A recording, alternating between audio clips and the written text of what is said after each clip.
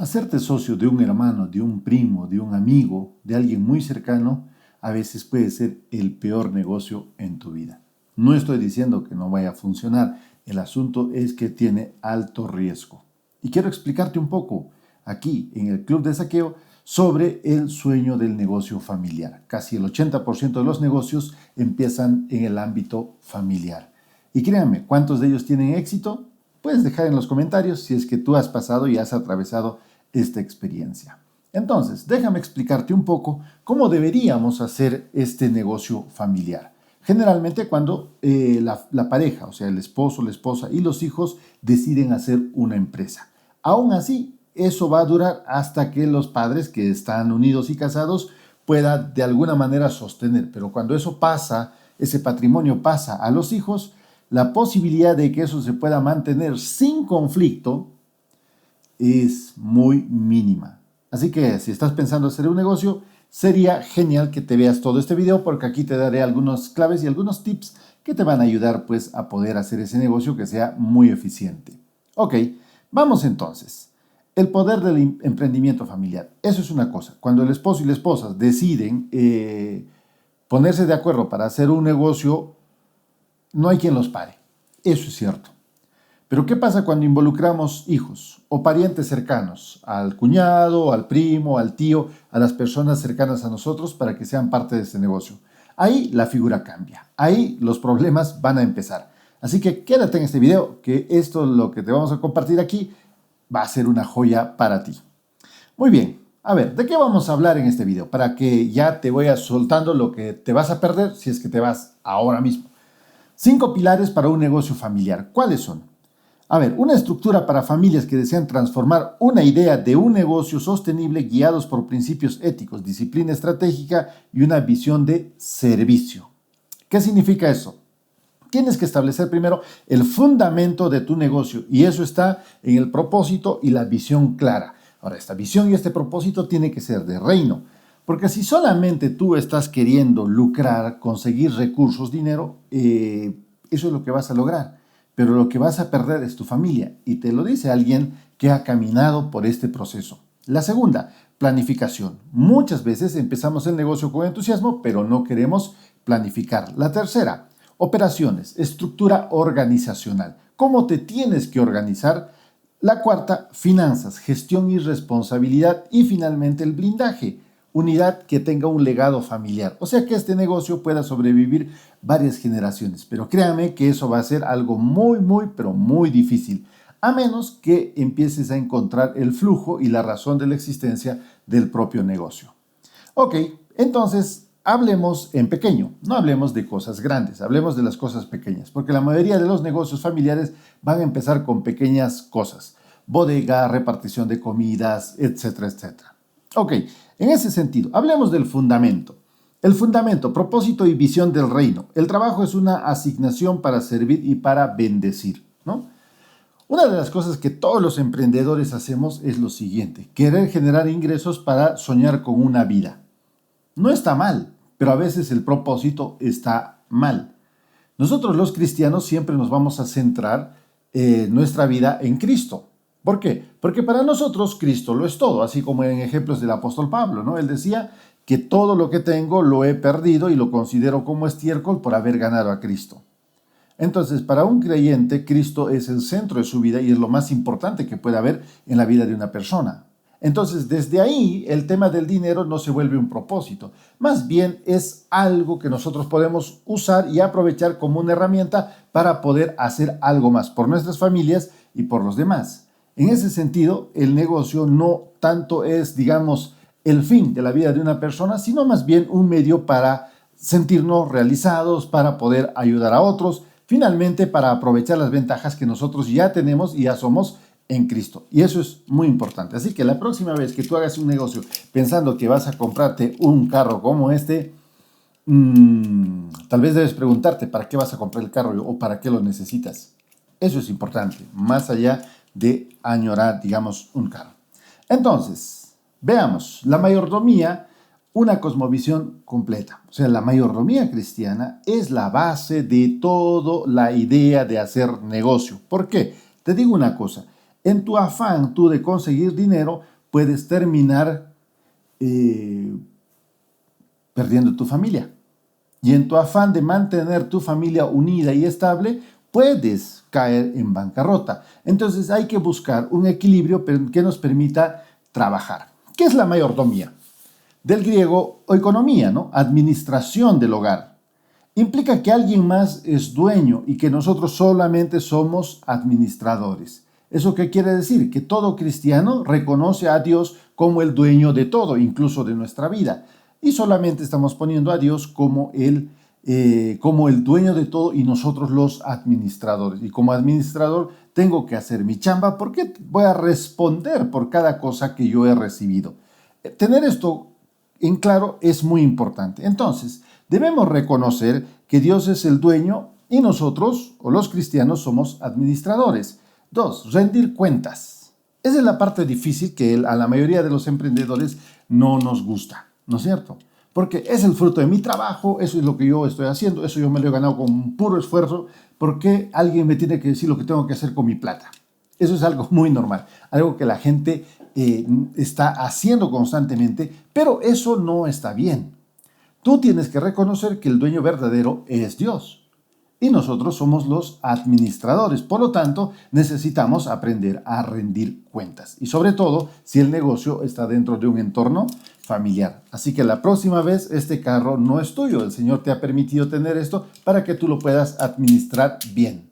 Si lo compraste para que con esto puedas darte un paseo con la familia, está bien. Seguramente es un buen propósito para tu familia. Pero si este objeto va a ocasionar demasiados problemas en la casa, hay que tener mucho cuidado. Ok, la tercera, hay que demostrar claramente en qué estamos gastando los recursos. Eso es una buena administración y eso es ser un buen mayordomo. A veces cuando te preguntan ¿en qué gastas tu dinero? Es la parte donde tú no quieres responder. Bueno, obviamente nadie quiere responder. Así que hay que prestarle atención, cuidado con no tener esa capacidad de mirar las cuentas. Pregúntate en este mes, ¿en qué has gastado? ¿En qué has invertido más tu dinero? ¿En el negocio? ¿En tu familia? ¿En qué? Y eso es muy importante y hay que tener en claro. El fundamento entonces de una buena mayordomía es reconocer que Dios es el dueño, yo soy el administrador y como administrador yo tengo que aprender a rendir cuentas y también a demostrar con claridad lo que yo estoy haciendo para el entorno familiar donde yo me encuentro. Así que ya sabes, estos 4 principios son importantes y son la clave de la mayordomía. Te lo voy a repetir para que no estés dudando por segunda vez. Dios es el dueño. Lucas 16, 10 al 12 nos cuenta que Dios es el administrador, ¿no? Cada decisión financiera cambia de naturaleza. Cada vez que yo decido hacer algo, un recurso que yo tengo, algo va a ocurrir. O vamos a generar más ingresos o nos podemos ir a bancarrota. Entonces, cada vez que se mueve la economía, siempre va a haber un riesgo. Los riesgos jamás desaparecen, pero los riesgos se pueden mitigar o disminuir. Y eso también es algo muy importante. 2. La capacidad de rendir cuentas. Eso ya hemos hablado. Sin sistemas de rendición de cuentas, el cristiano opera como si fuera el dueño. Cuando no hay un sistema para rendir cuentas, crees que tú eres el dueño. Y si tú eres el dueño, entonces, ¿Dios dónde queda? Y eso es algo que tú tienes que preguntarte. Tercero, la fidelidad en lo poco. Una de las cosas importantes es que el creyente tiene que acostumbrarse a contentarse con lo que recibe del Señor y administrarlo de la manera más sabia posible. Y la administración no es solamente cuidar, ¿no? No es solamente mantenerlo ahí, ¿no? La buena administración es hacer que esos recursos que nosotros tenemos se pueda multiplicar. Eso hemos aprendido básicamente en la parábola de los talentos, ¿no? Al primero se le dio 5 y esto con sus habilidades duplicó esa ganancia. Al que le dio 2 o 3, de la misma manera, pero el que recibió 1, lo que hizo fue, primero, tenía miedo de fracasar, así que lo enterró el dinero y lo dejó así. Obviamente el dueño del dinero en la parábola le dice, mejor lo hubieras dejado en el banco, ¿no? El banco hubiera hecho, por lo menos, que genere algún interés, ¿no? Entonces, la buena administración no es cuidar el dinero que no se vaya a echar a perder, sino más bien es hacer que ese dinero funcione para los propósitos que se le ha designado. Eso es algo muy importante que tú tienes que aprender. La cuarta cosa es la mayordomía del gasto. Ya hemos dicho, tienes que hacer un inventario o un informe de en qué estás gastando o en qué se va a gastar lo que estamos generando en este mes. Y eso es algo importante. Ahora, una de las cosas importantes es que el cimiento para una buena mayordomía es la palabra de Dios, es la Biblia. No hay forma de eludir esa responsabilidad importante. La palabra como conocimiento, eso es muy importante. Perdón, como cimiento, eso es muy importante. Lucas 16, que hemos visto anteriormente, el que es fiel en lo poco, entonces el Señor lo va a poner en lo mucho, ¿no? El que es injusto en lo poco, va a ser también injusto en lo mucho. Y eso es como una acción y consecuencia, ¿no? Si tú no puedes administrar los pocos recursos que tienes y constantemente estás llevando a tu familia a los problemas financieros, algo no estás haciendo bien. No es que te falta más, el problema es falta capacidad de administrar. Y en un negocio pequeño que está empezando, en un emprendimiento, es importante el tema de la fidelidad ahí. Y la fidelidad se deduce de rendir cuentas, se deduce de saber en qué estamos gastando y sobre todo de reconocer quién es el dueño. Volvemos a la premisa anterior. Entonces, en ese sentido, Romanos 14:12 va a decir lo siguiente: rendición de cuentas, de manera que cada uno de nosotros dará cuentas de sí ¿a quién? Al Señor. Y eso es importante. Más allá de que le puedas ocultar el dinero a tu socio, a tu amigo, a tu cónyuge, ¿no? Con quien estás haciendo un negocio o donde tienes finanzas compartidas, más allá de eso, tú como buen administrador vas a rendir cuentas al Señor. Y eso tienes que estar claro y eso tiene que estar aquí. El temor no viene porque, ay, mis socios me van a atrapar que he estado sacando algo de los fondos de la empresa. No, tiene que ver con una conciencia tranquila. Víctor Frank decía una cosa que a mí hasta ahora está en mi cabeza, ¿no? Y es esta, ¿no? La mejor almohada de un hombre es una conciencia tranquila. Y eso es algo que tal vez todos debemos aprender a buscar. Bueno, finalmente, de lo pequeño a lo grande. Mateo 25:21, bien, buen siervo fiel, sobre poco has sido fiel, sobre mucho te pondré. Entra en el gozo de tu Señor. No. Cuando tú vas a leer Proverbios, vas a encontrar que Proverbios es como un bagaje de sabiduría sobre cómo hacer riqueza, ¿no? Eso hay mucho, ¿no? Y uno de los proverbios va a decir que la riqueza se consigue con el trabajo duro, pero también la riqueza viene del mundo deshonesto, del mundo que no tiene, digamos, ética para la cuestión moral. ¿Sabes una cosa? Hacerte rico trabajando duro y honestamente es un sacrificio, es una tarea difícil, pero no es una tarea imposible. Pero si quieres hacerte rico de la noche a la mañana, te puedes aliar con la corrupción y de esa manera puedes rápidamente escalar. Y hay mucha gente que lo ha hecho y por supuesto esa gente siempre tiene, digamos, la cabeza en alto diciendo, bueno, todo esto yo me lo he ganado con mi esfuerzo y con mi habilidad, ¿no? Seguramente, pero te sigues preguntando, ¿quién es dueño de ese tipo de dinero?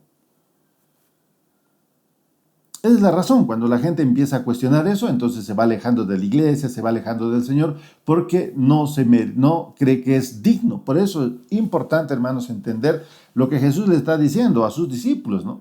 Mira, en lo poco has sido fiel, en lo mucho te voy a poner. Y eso es muy importante. Todo aquel que siembra bienes va a cosechar bienes. No tienes que ser sabio para eso, ¿no? Si tú siembras papas, vas a cosechar papas. Si tú siembras tomate, va a ser tomate. Pero si tú siembras males, no vas a cosechar bienes, ¿no? La cuestión está clara, ¿verdad?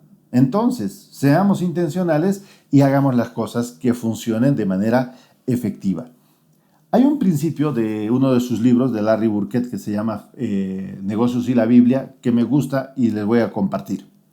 La manera en que las personas manejan sus finanzas personales será la misma en que manejarán las de su compañía o de su ministerio.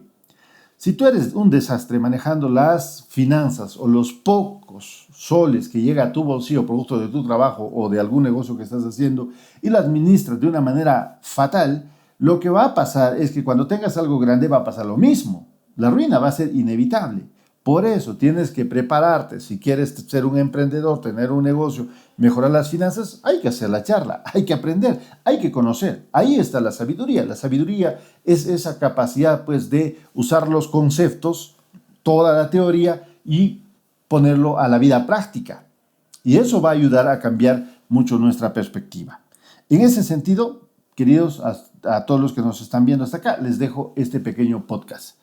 Y síguenos, no te quedes ahí, porque la próxima semana estaremos hablando de la planificación. Cómo planificar el negocio familiar. Hoy hemos hablado del fundamento, la administración. La próxima semana hablaremos de la planificación o en el próximo video. Así que dale like y estate atento para las cositas que estamos publicando. Y si este contenido te ha servido en algo, te ha abierto la mente, por lo menos, déjanos un like, comparte y deja un comentario o tus preguntas y las estaremos respondiendo. Esto es el Club de Saqueo con Joel Sanabria y esperamos que esto sea de bendición para ti. Bye.